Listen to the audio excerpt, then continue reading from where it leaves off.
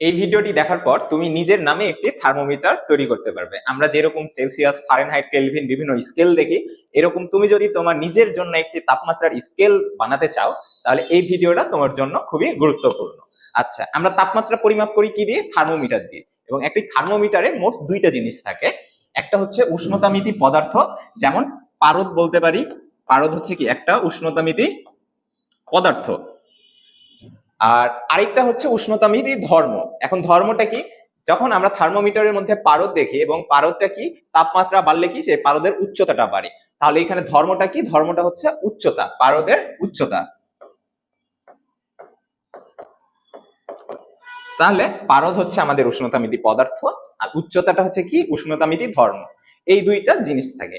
এখন একটা মজার জিনিস দেখবা, তাপমাত্রা যত বেশি হবে পারদের উচ্চতাটা কি তত বেশি হবে। তাহলে তাপমাত্রার সাথে তার যে উষ্ণতামিতি ধর্ম, এটা সম্পর্ক কি? সমানুপাতিক। তাহলে আমরা বলতে পারি যে এক্স এটা হচ্ছে আমাদের উষ্ণতামিতি ধর্ম, প্রপোর্শনাল টু টি, এটা হচ্ছে আমাদের কি? তাপমাত্রা।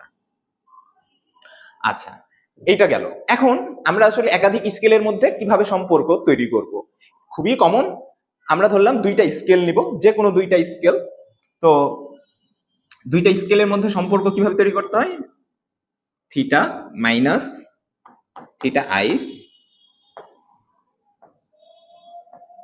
থিটা স্টিম মাইনাস থিটা আইস ইকুয়াল, ধরলাম আরেকটা স্কেল টি মাইনাস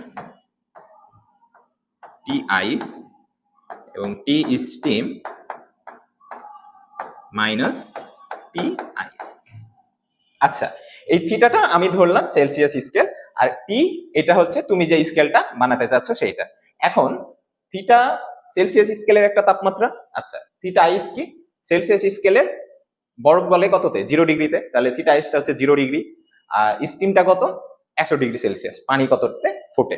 এখন টিটা মনে করো তোমার একটা স্কেল, তাহলে তোমার স্কেলে বরফ ফোটে কত, বরফ গলে কততে, এটা তুমি নিজে একটা ধরে নিলা, অ্যাজিউম করে নিলা। আবার তোমার স্কেলে বাষ্প হয় কততে, এটা তুমি নিজে একটা অ্যাজিউম করে নিতে পারো। দেন তুমি কি যে কোনো একটা টেম্পারেচারকে, এই যে কোনো একটা সেলসিয়াস টেম্পারেচারকে কি তোমার স্কেলে তুমি কনভার্ট করতে পারো। তাহলে এই ফর্মুলা দিয়ে আমরা যে কোনো থার্মোমিটার নিজেরাই বানাতে পারবো। এছাড়া আমরা এই ফর্মুলা দিয়ে কি করি? আমরা এই ফর্মুলা দিয়ে যে কোনো দুইটা থার্মোমিটারের মধ্যে সম্পর্ক তৈরি করি। যেমন একটি ভালো থার্মোমিটার এবং একটি কি ত্রুটিপূর্ণ থার্মোমিটারের মধ্যে সম্পর্ক বানাতে পারি। আবার সেলসিয়াস, কেলভিন, ফারেনহাইট এদের মধ্যে সম্পর্ক বানাতে পারি, যেগুলো আমাদের কি পরীক্ষায় এমসিকিউতে এসে থাকে বা ছোট প্রশ্নে এসে থাকে। তো সবাই এরকম মজার ভিডিও পেতে সাথেই থাকো। সবাইকে ধন্যবাদ।